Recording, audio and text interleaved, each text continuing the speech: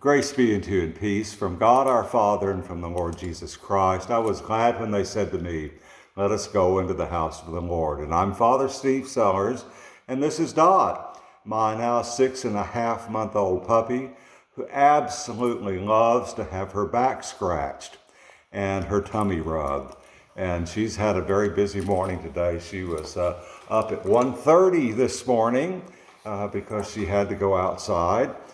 So we had another uninterrupted distractions during the evening. But she's chewing on some things this morning. And I just wondered, a question's been going through my mind.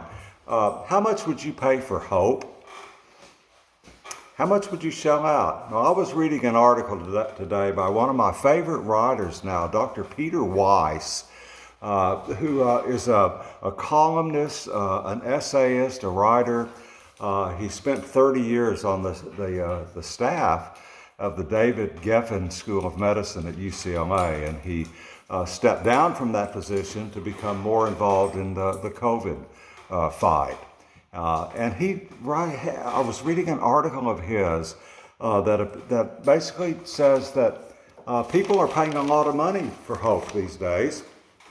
As a matter of fact, the big pharmaceutical industries are spending $6 billion a year. $6 billion. And I think in March of this past year, they spent $148 million alone on advertising medication. They have learned that for every $1,000 that is spent on TV advertising medicine, they add 24 new patients for every $1,000. Dr. Weiss says that's not entirely a good thing because the conversations that we used to have about medication was between us and our doctors. And now most of the conversation now is between the TV set and the pharmacy ads and us. And so he's lamenting the fact that the United States is one of only 2 countries in the world, New Zealand being the other, where it's allowed for pharmacy companies to do what's called DCTA, direct to the consumer advertising about medication. And if you've seen those advertisements and commercials like I have, it's all about hope. It shows people who are suffering from horrible diseases and symptoms and circumstances with big smiles on their faces, walking into the sunlight with their loved ones because of a new medicine. And as Dr. Weiss points out, listen to how long it takes them to talk about the possible side effects. And they say those very, very fast, and they're printed in very small print. And so, in a sense, they're selling hope. And it's sad in a way because, those are the conversations we should be having with our medical professionals and within our families. And now they're being conducted out in the open, like everything else that used to be private. It's now open. St. Paul in Ephesians chapter 1, I was reading this morning also, says our hope is in the Lord.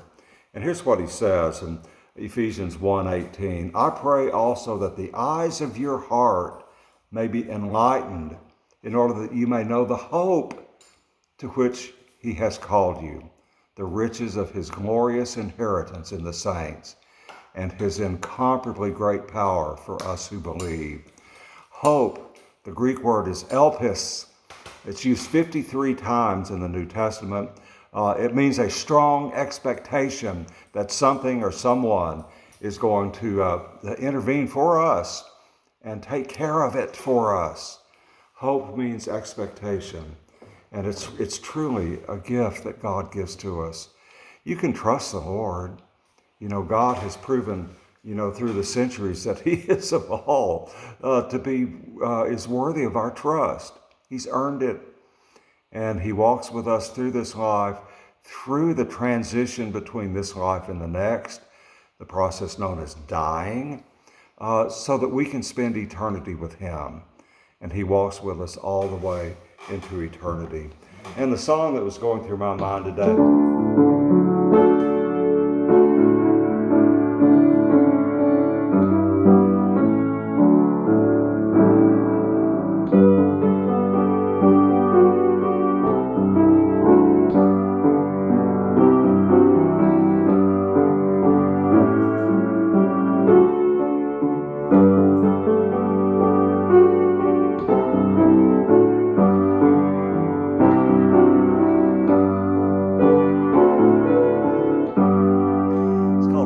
of our fathers, a faith that endures from generation to generation.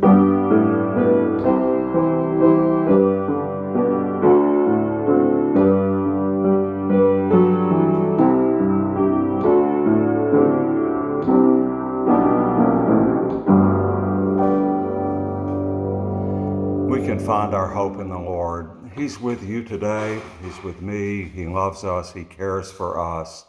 We can find our hope in Him. And He will guide us through the transitions between this life and the next that include our physical bodies aging and getting slower and weaker. And many of us know what that's all about. And He will guide us in our conversations with our medical professionals when we need to. We don't need to buy hope. It's a gift that God gives to you. Have a blessed day today, and Dot and I hope to see you here again tomorrow.